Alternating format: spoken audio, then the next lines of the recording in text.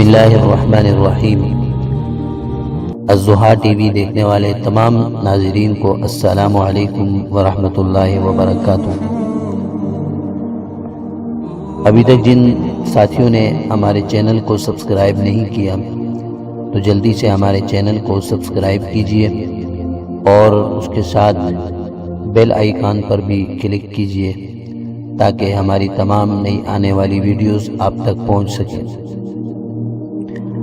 محترم سامعین و ناظرین، آج جن شخصیت کے متعلق آپ حضرات کے سامنے بات کرنے کی سعادت حاصل کرنے والے ہیں وہ ہیں امام اعظم امام ابو حنیفہ رحمہ اللہ۔ آپ کا نام نامی نعمان بن ثابت بن زوطا بن مرزبان، اور عام طور پر آپ کو امام ابو حنیفہ کے نام سے ہی جانا جاتا ہے۔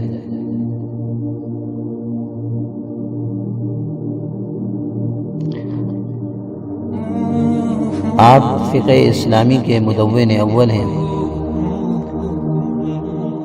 آپ ایک تابعی، مجتہد، فقیہ اور اسلامی قانون کی تدوین کرنے والوں میں شامل تھے۔ آپ کی فقہ پر چلنے والوں کو حنفی کہا جاتا ہے، اور عام طور پر آپ کو امام اعظم ابو حنیفہ کے نام سے جانا جاتا ہے۔ امام ابو حنیفہ رحمۃ اللہ علیہ کے فضائل و مناقب میں شیخ جلال الدین سیوطی شافعی رحمہ اللہ اپنی کتاب التبییض الصحیفہ فی مناقب الامام ابی حنیفہ میں تسلیم کیا ہے کہ اس پیشن گوئی کے بڑے مصداق امام اعظم ابو حنیفہ نعمان ہیں۔ سورہ محمد کی آیت کا ترجمہ: اور اگر تم منہ پھیرو گے تو وہ تمہاری جگہ اور لوگوں کو لے آئے گا، اور وہ تمہاری طرح کے نہیں ہوں گے۔ حدیث میں ہے صحابہ اکرام نے عرض کیا یا رسول اللہ صلی اللہ علیہ وسلم، وہ دوسری قوم کون ہے؟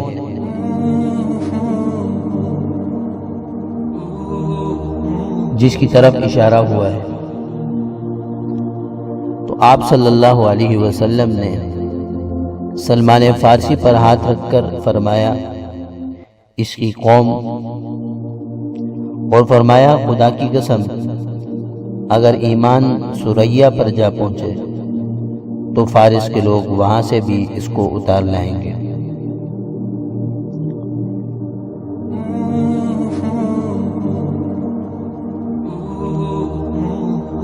حدیث میں ہے کہ جب آپ صلی اللہ علیہ وسلم سے وآخرین منہم لما یلحقوا بہم وہو العزیز الحکیم کی نسبت سوال کیا گیا تو سلمان فارسی کے شانے پہ ہاتھ رکھ کر فرمایا کہ اگر علم یا فرمایا دین سریہ پر جا پہنچے گا تو اس کی قوم فارس کا مرد وہاں سے بھی لے آئے گا۔ امام اعظم ابو حنیفہ رحمۃ اللہ علیہ، آپ کا نام نعمان بن ثابت بن زوطا اور کنیت ابو حنیفہ تھی۔ بالعموم امام اعظم کے لقب سے یاد کیے جاتے ہیں۔ آپ تمام ائمہ کے مقابلے میں سب سے بڑے مقام و مرتبے پر فائز ہیں۔ اسلامی فقہ میں امام اعظم ابو حنیفہ کا پایہ بہت بلند ہے۔ آپ نسلاً عجمی تھے۔ آپ کی پیدائش کوفہ میں 80 ہجری بمطابق 699 عیسوی میں ہوئی،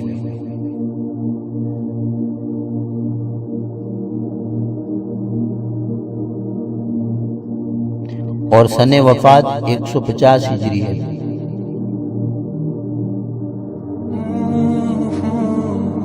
ابتدائی ذوق والد ماجد کے تتبع میں تجارت تھا، لیکن اللہ نے ان سے دین کی خدمت کا کام لینا تھا، لہذا تجارت کا شغل اختیار کرنے سے پہلے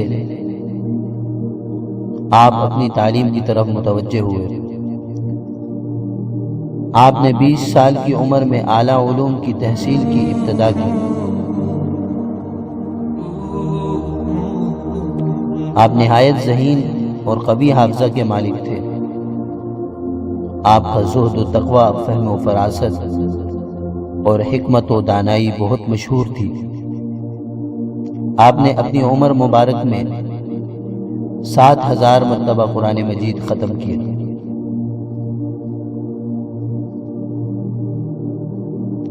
پینتالیس سال تک ایک وضو سے 5 نمازیں پڑھی۔ رات کے 2 نفلوں میں پورا قرآن حکیم ختم کرنے والے امام اعظم ابو حنیفہ دن کو علم کھلاتے اور رات کو عبادت کرتے۔ ان کی حیات مبارکہ کے لاتعداد گوشے ہیں۔ ائمہ حدیث آپ کا ذکر کرتے ہوئے کہتے ہیں کہ ایک طرف آپ علم کے سمندر ہیں اور دوسری طرف زہد، تقوی اور طہارت کے پہاڑ ہیں۔ امام اعظم میانہ قد، خوشرو اور موزوں جسم کے مالک تھے۔ گفتگو نہایت شیریں کرتے، آواز بلند اور صاف تھی اور فصاحت سے ادا کرتے تھے۔ اکثر خوش لباس رہتے تھے۔ سرکاری وظیفہ خواری سے دور رہے۔ حریت فکر، بے نیازی اور حق گوئی ان کا ترہ امتیاز تھا۔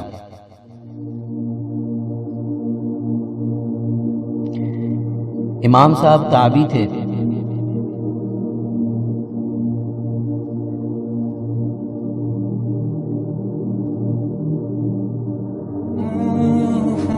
حافظ ذہبی رحمۃ اللہ علیہ لکھتے ہیں،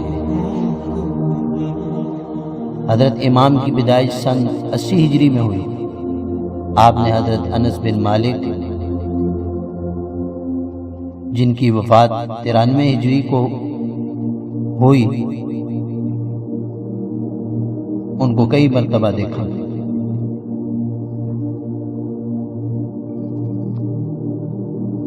امام اعظم نے علم حدیث کے حصول کے لیے 3 مقامات کا بطور خاص سفر کیا۔ آپ نے علم حدیث سب سے پہلے کوفہ میں حاصل کی، کیونکہ آپ کوفہ کے رہنے والے تھے اور کوفہ علم حدیث کا بہت بڑا مرکز تھا۔ گویا آپ علم حدیث کے گھر میں پیدا ہوئے، وہیں پڑھا۔ کوفہ کے سب سے بڑے علم کے وارث امام اعظم خود بنے۔ دوسرا مقام حرمین شریفین کا تھا،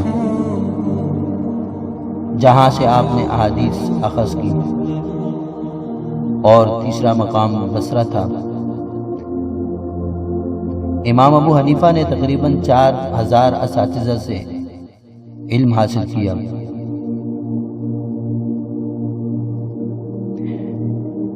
علم الادب، علم الانساب اور علم الکلام کی تحصیل کے بعد علم فقہ کے لیے امام حماد کے حلقہ درس سے فیض یاب ہوئے۔ آپ علم فقہ کے عالم ہیں۔ آپ کے شیوخ و اساتذہ کی تعداد 4000 بتائی جاتی ہے، جن سے وہ وقتاً فوقتاً اکتساب علم کرتے رہے۔ امام محمد باقر اور امام جعفر صادق کی شاگردی کا فخر بھی انہیں حاصل ہے۔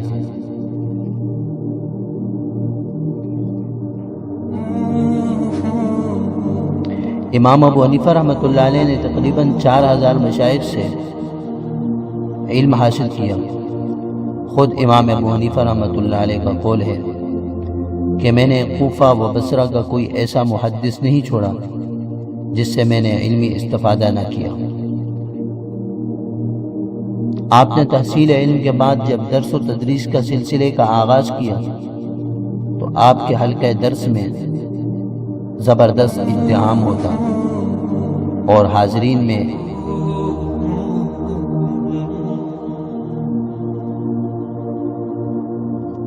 اکثریت جید علماء کی ہوا کرتی تھی۔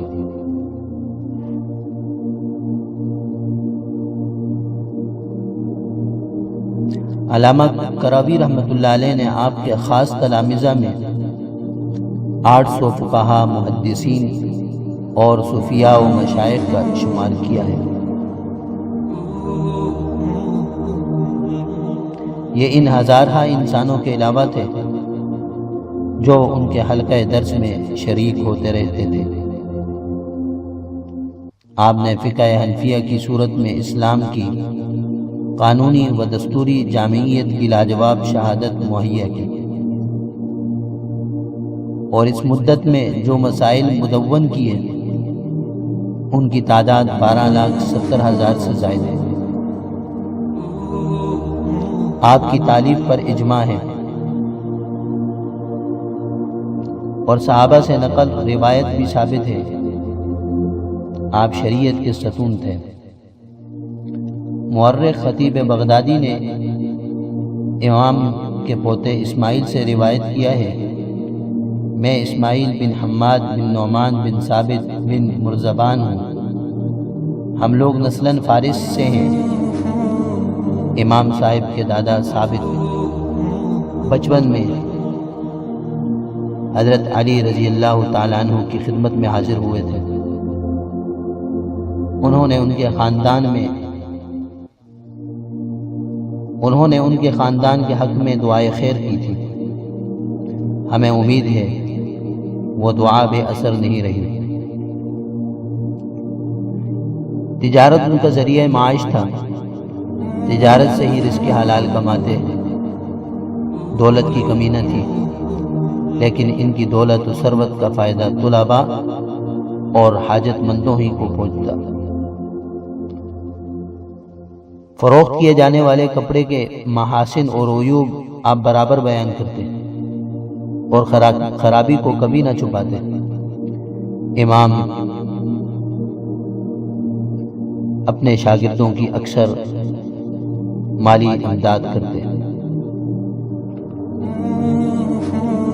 حضرت امام ابو حنیفہ کے 1000 کے قریب شاگرد تھے، جن میں 40 افراد بہت ہی جلیل المرتبت تھے اور وہ درجہ اجتہاد کو پہنچے ہوئے تھے۔ وہ آپ کے مشیر خاص بھی تھے۔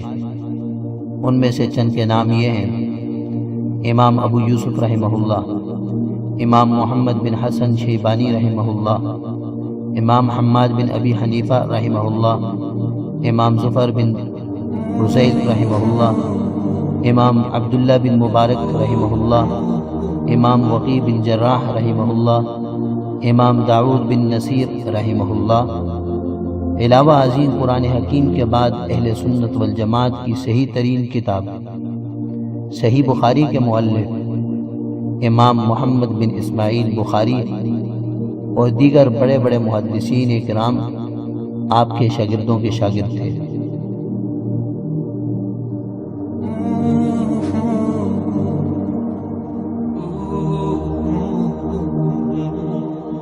امام اعظم اپنا طریقہ اجتہاد و استنباط یوں بیان کرتے ہیں: میں سب سے پہلے کسی مسئلے کا حکم کتاب اللہ سے اخذ کرتا ہوں،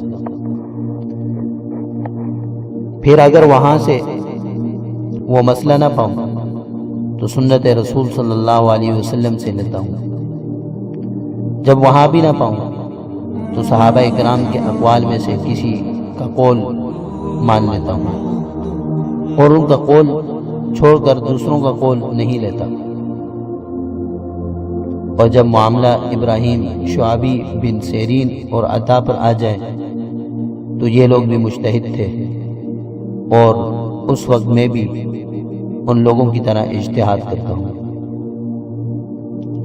آپ کے اجتہادی مسائل تقریباً 1200 سال سے تمام اسلامی ملکوں میں پھیلے ہوئے ہیں، اس لیے بڑی بڑی عظیم اسلامی سلطنتوں میں آپ ہی کے مسائل قانون سلطنت تھے، اور آج بھی اسلامی دنیا کا بیشتر حصہ آپ ہی کے فقہی مذہب کے پیروکار ہیں۔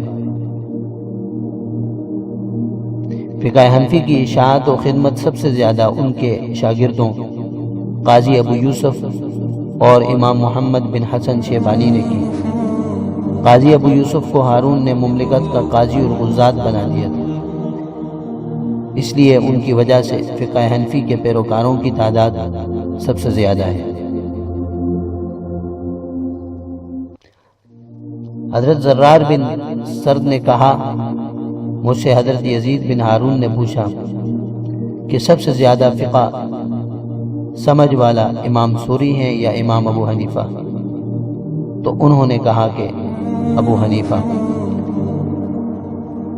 یعنی حدیث میں افقہ سب سے زیادہ فقیہ ہیں، اور سفیان ثوری تو سب سے زیادہ حافظ ہیں حدیث میں۔ حضرت عبداللہ بن مبارک رحمۃ اللہ علیہ نے فرمایا، امام ابو حنیفہ لوگوں میں سب سے زیادہ فقہ سمجھنے والے تھے۔ امام شافعی فرماتے ہیں، جو شخص فقہ حاصل کرنا چاہتا ہے وہ امام ابو حنیفہ اور ان کے اصحاب کو لازم پکڑے، کیونکہ تمام لوگ فقہ میں امام ابو حنیفہ رحمۃ اللہ علیہ کے محتاج ہیں۔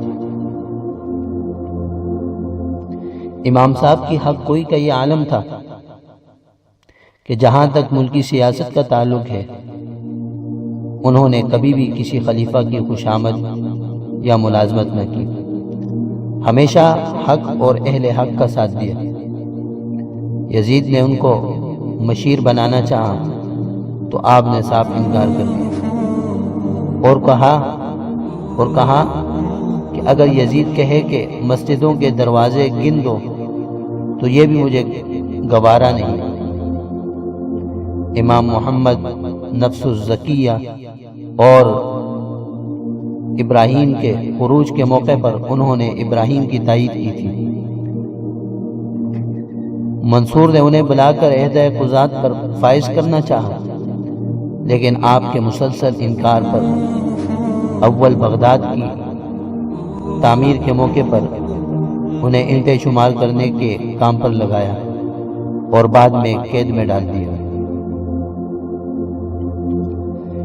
ایک دفعہ حضرت امام اعظم اور امام شافعی کے شاگردوں کے مابین جھگڑا پیدا ہو گیا۔ ہر گروہ اپنے امام کی فضیلت کا دعوے دار تھا۔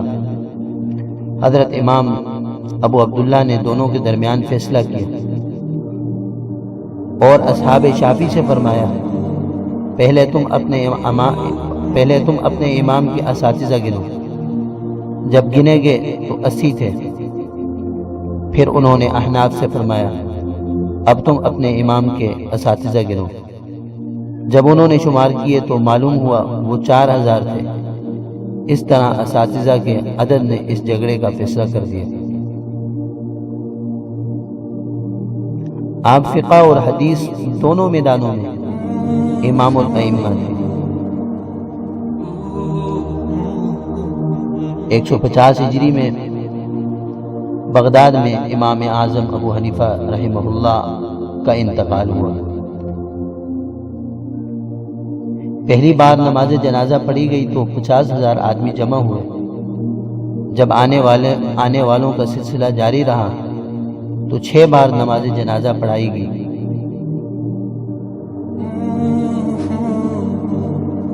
اور آپ ملکہ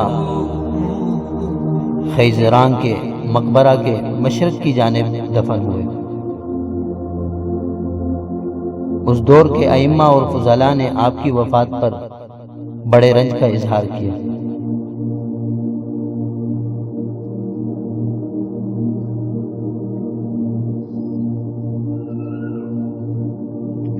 یہ امام اعظم ابو حنیفہ رحمہ اللہ کے چند حالات آپ حضرات کے سامنے بیان کیے۔ اللہ تبارک و تعالی ان کی قبر پر اپنی رحمتوں کا نزول فرمائے اور کل قیامت کے دن ہم سب کو انہی حضرات کے ساتھ مجتمع فرمائے۔ السلام علیکم ورحمۃ اللہ وبرکاتہ۔